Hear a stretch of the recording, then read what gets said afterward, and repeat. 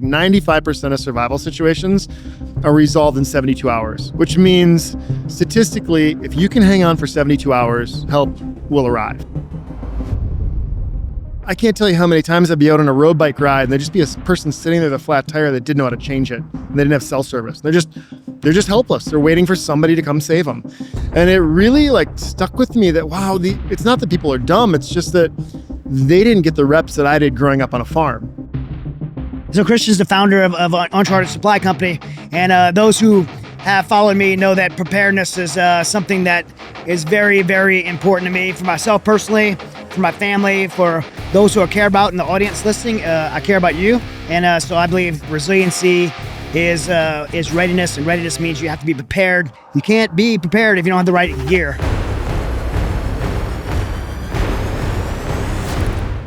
Before you're in a survival space, you're in a rock band. Yeah, I've been all over the place, man. What's really interesting is everything I've done in life has dovetailed into Uncharted in a really unique way. So we did a tour with Armed Forces Entertainment. It's early. We have 3 shows today, and then we're going home. So this is a day in the life. You need to go see. The showers aren't very warm. The guy that came with us on the tours, Colonel Scott Rainey, was in charge of all the programs. Long story short, it turned into 39 trips for me overseas. My band did 150 shows. We were named Armed Forces Entertainers of the Year by the Pentagon.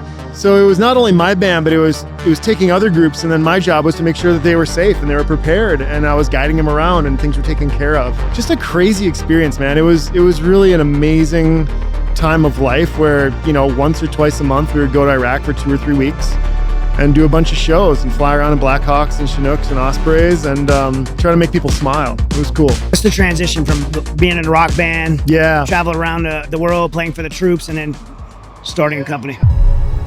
I moved to Newport Beach, California, and there wasn't really community. You didn't know your neighbors.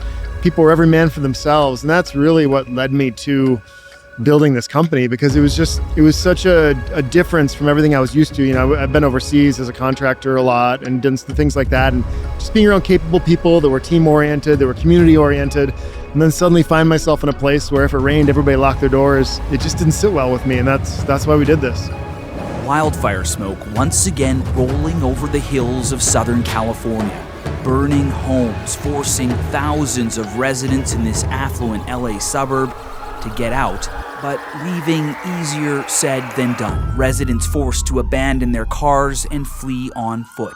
Those people that were evacuating, I'm certain 99% of them never thought in a million years that they would be in that situation, fleeing their homes, getting in a vehicle, getting stuck in traffic, and having to exit the vehicle with nothing in their hands. No water, no medical equipment, no cash to get a hotel or food or meal. They were gonna have to depend on someone else because they did not prepare. And it doesn't take a bunker. It just takes a backpack of the right stuff to change a potentially super hazardous situation into something that you can actually manage. Why do you think it's imperative that people be prepared? What's at stake? Why is it imperative that everyday people be prepared?